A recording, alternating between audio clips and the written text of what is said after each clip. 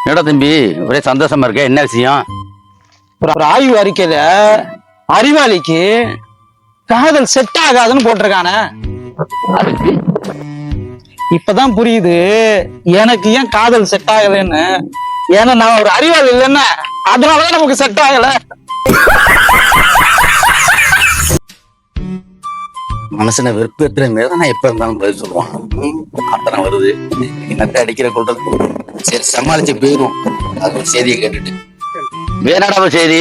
அது ஒண்ணு இல்லைண்ணா, இந்த அரசாங்கம் இருக்குல்ல அது வீண் செலவு பண்றாங்கண்ணா.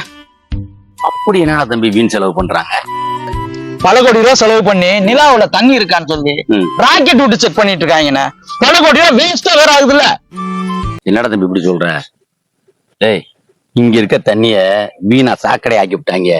அது மட்டும் இல்லாம இயற்கையிலே பெய்யற மழைய தேக்கி அந்த தண்ணிய மக்களுக்கு பயன்பட்ட மாதிரி வைக்காதனால இப்ப மனுஷன் வாழ்றதுக்கு அங்கேயாவது தண்ணி இருக்கா, மனுஷன்லாம் அங்க போய் வாழலாமான்னு யோசனை பண்றது தானே அந்த செலவு பண்ணி பாக்குறாங்க. போடா, நிலாவுல தண்ணி இருக்கான்னு பல கோடி ரூபாய் செலவு பண்ணி அட போனேன்.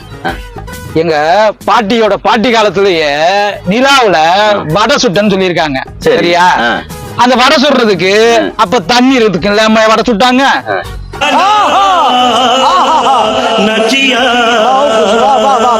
அப்ப தண்ணி மட்டும் இல்லன்னா அங்க எண்ணெய் அடுப்பு எல்லாம் வச்சுதான் வடை சுட்டிருக்காங்க.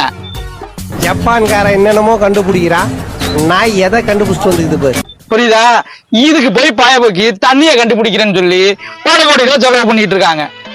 உனக்கெல்லாம் வெக்கமே இல்லையாடா? சோறு தானே திங்கிற. எரிச்சல் வருது இவனை, நான் கெட்ட வாரத்துல திக்கி போயிடுவேன். அப்புறம் பெத்தம் கொதிக்குது உன்னை பார்க்க போயிரு. இவன் அடிக்கடி அடிச்சு அடிச்சு நமக்கு கையை வலிக்குது, அவனுக்கு மறத்து போச்சு. நம்ம கோவத்தை அப்படியே அடக்கிக்கிட்டு மெல்ல நவுந்துருவோம். திரும்ப அவன்கிட்ட எந்த செய்தி கேட்டாலும் சரி அவன் இன்னும் நம்மள ரொம்ப வெறுப்பேற்றுவான். வேணாம், இவன் இன்னைக்கு நம்ம கை வைக்க வேணாம். எல்லாம் பார்த்துப்பா. ரொம்ப நன்றி.